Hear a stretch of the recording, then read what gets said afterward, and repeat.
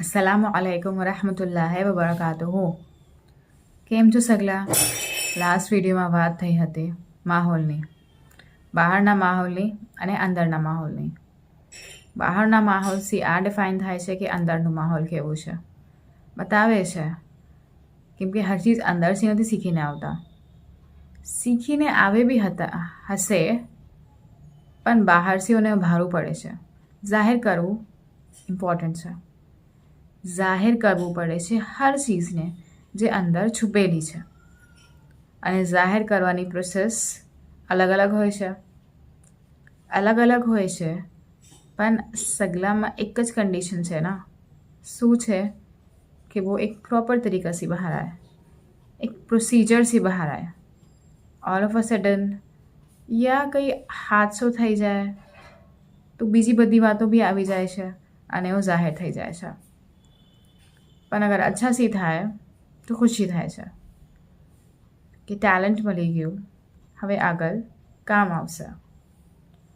મળવાનું, અમલ કરવાનું, પછી ઇસ્તેમાલ કરવાની જે કોન્સિક્વન્સીસ છે એને એક્સેપ્ટ કરવાનું, આ સગલી તાકાતો મળી જાય છે અગર वो अच्छा से जाहिर થાય तो।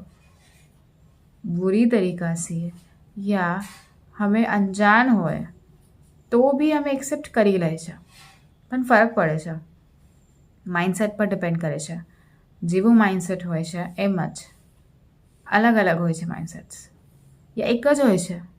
અગર એકને હસી આવશે તો બીજાને બી આવશે, નહીં બી આવે। શું કામ? સગલાને હસવાનો શોખ નથી, પણ સુકૂનમાં રહેવાનો તો શોખ ઘણું છે। રહેવું બી જોઈએ અને હોવા છે, બેમાં ફરક નથી। કેમ કે સુકૂન જોઈએ જ છે સગલાને।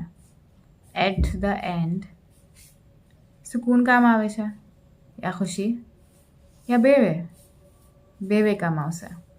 ઇસ્તેમાલ તો બેવે જ કરી રહ્યા છે ના, ખબર છે શું કામ કરી રહ્યા છે, શું છે અંદર જે બહાર નથી નીકળતું, યા બહાર શું છે જે અંદરથી જાહેર થઈ રહ્યું છે।